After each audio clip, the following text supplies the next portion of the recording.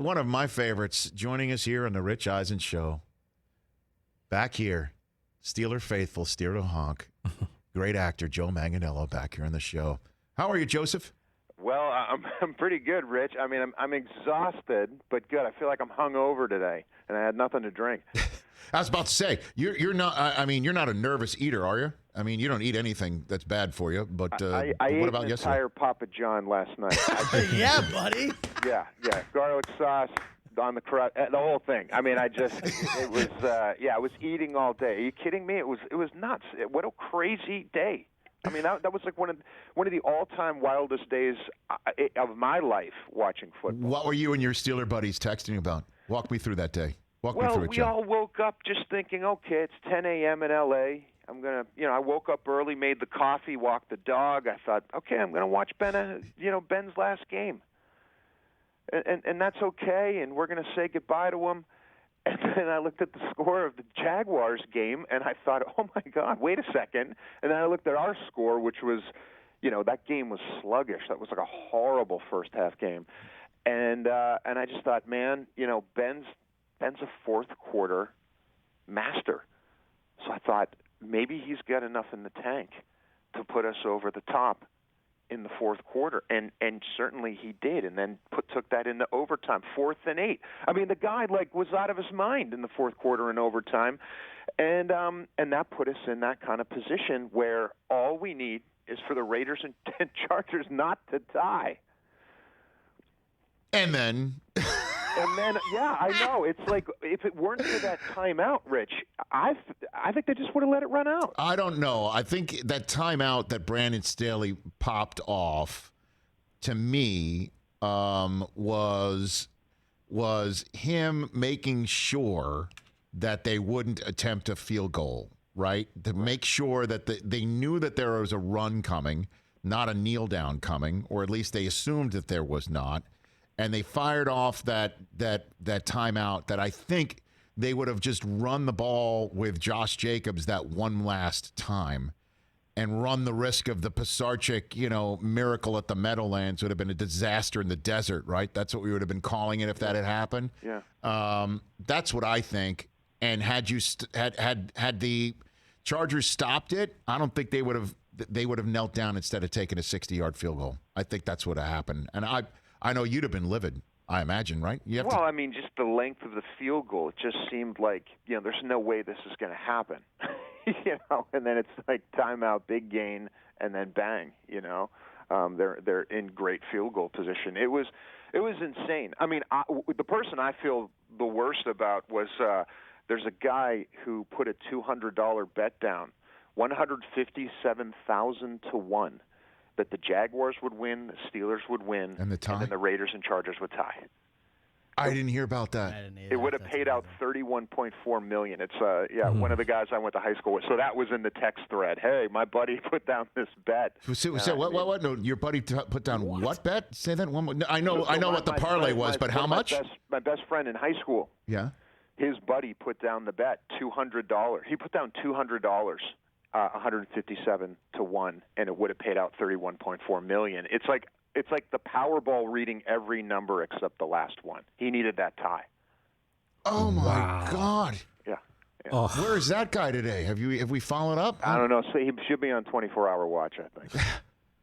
Oh. Did he hedge at all? I'm not sure. I mean, all I know is that he did put down that bet. So I'm not sure what the if he had other things built. Joe Manganiello here in the Rich Eisen Show. That throw that Ben threw to Deontay Johnson right on the sideline in overtime, and then Johnson drops the next one, and then Ray McLeod kind of grabs it and stumbles backwards while juggling the ball. I mean, holy crap! But it finally did pay off, and now. How are you? I'm assuming you and Stonestreet are tight through your wife, right? So how is that working for next Sunday night for Steelers Chiefs? How are we working this one, Joe? I don't know. I mean, I really don't talk football with him. It's one of those things where it's kind of like Nouveau Riche versus old money. You know, Wow. where it's like we've been there, done that. You know, we wear it a little differently. You know what I mean? To somebody who just comes out of nowhere and starts winning. So there's a bit of a difference in how we carry ourselves. Like a Rolex versus a Richard Mille kind of. Oh, my. Nothing wrong with the Richard Mille. I'll No, say that of much. course not. Just saying. But I'm just saying, you know, that would be more like a diamond-encrusted Breitling or something, you know? Gotcha. Wow. Yeah. That is a better answer than I could have ever imagined. Oh, my gosh. Nouveau Riche. Come on. I mean, Big Ben's playing with the old house money now, right? I mean, this is it, right? Well, that's the beautiful thing is that this thing continues. We get another week out of it. You know, we get to watch Ben. And also, like, you know, things happen. Oh, That's why we stop play it. the games. Come So, on, Joe. you know, it's so exciting to have no pressure whatsoever, and no one's going to pick us.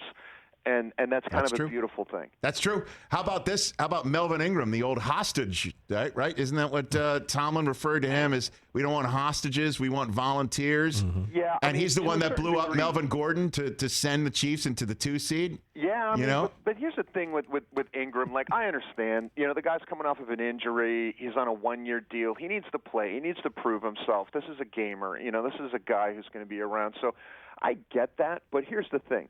The guy's had, 2 sacks and 1 forced fumble since he joined the Chiefs, and his backup in Pittsburgh has 2 sacks and 1 forced fumble. So, you know, I understand that, like, Ingram seems like the missing piece over there, which is what, you know, kind of like what Minka Fitzpatrick was to us 2 years ago when we got him. All of a sudden, Right. things just clicked on the defense, and you know, unfortunately, you know, we now have to face their team, and it looks like Ingram was that missing piece. For them. Tomlin versus Reed, Mahomes versus Big Ben. That's why they put this Sunday night, man. I was at the last game in Arrowhead, the last playoff game in Arrowhead, Oh, it where was a the classic. Steelers won by only kicking field goals, and then Antonio Brown, he's FaceTime, he Facebook Lived from the locker room during Tomlin's speech. I was at that game. Yeah, I don't know if you're aware, he's still active on social media, Joe. I don't know if you saw that or not. Well, yeah. I mean, I've believe me, as Pittsburgh fans, I mean, I got to tell all my Patriot fans, I told you so. Because when they got AB, all of them were like, "We got AB. What's up? Yeah, you guys." And I'm like,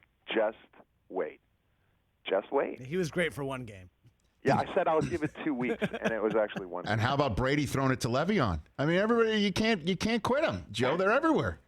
They're everywhere. But I love it. The Nouveau Riche, Kansas City Chief fan, Eric Stonestreet. This is going to be fun, Joe. This is going to be fun. All right, so I'm glad you survived yesterday. Congratulations yeah, I mean, on that. What an insane day of football. I mean, just incredible. Hey, you watched all the way to the end. Thanks for that. Watch more right here.